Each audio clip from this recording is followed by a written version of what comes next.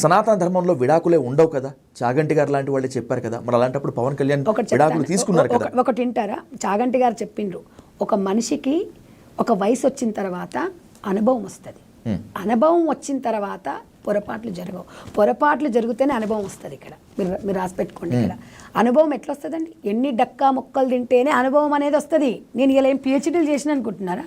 నేనేం English medium school కాదు, నేను వాళ్ళకాన వెండకాన గవర్నమెంట్ స్కూల్ అని చదువుకున్నా. నేను ఇంత మీ స్థాయికి వచ్చి మీ స్టూడియోకి వచ్చి నన్ను ఎందుకు పిలిచారు? మస్తు మంది లేడీస్ ఉన్నారండి, బాగా ఇంగ్లీష్లో వచ్చిన వాళ్ళు ఉన్నారు, చదువుకున్న వాళ్ళు గొప్ప వాళ్ళు ఉన్నారు. ఎందుకు పిలిచి? నేను సమాజాన్ని చదివిన, నేను సమాజంతో మమేకమై నా వయసు 18 సంవత్సరాలు ఉన్నప్పుడు సమాజంలో సోషల్ వర్క్ స్టార్ట్ చేసి ఇవాళ నా వయసు 22 సంవత్సరాలు. మా చరిత్రలో దాదాపు 40-44 సంవత్సరాల వయసులో అనుభవంతో ఇవాళ నేను చెప్పగలుగుతున్నాను. అంతే తప్ప బుక్కులు చదివో సినిమాలు చూసో ఎవరో చెప్తే విని వచ్చి నేను మాట్లాడట్లేదు మీ దగ్గర.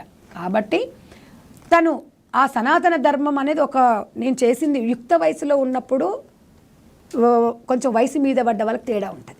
అప్పుడున్న దుడుకుతనం ఇప్పుడు ఉండదు, అప్పుడున్న అది ఇప్పుడు ఉండదు. ఎవరైనా అంతేనండి.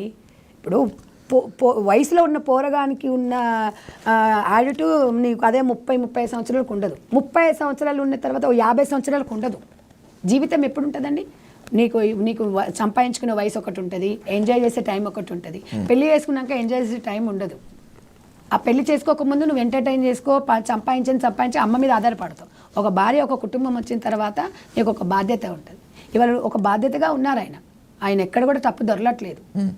ఎప్పటికీ తప్పు చేయనాడు ఎవడు ఉన్నాడండి? సరిదిద్దుకునేవాడే మానవుడు, మనిషి. అదే మనిషి పవన్ కళ్యాణ్ గారు.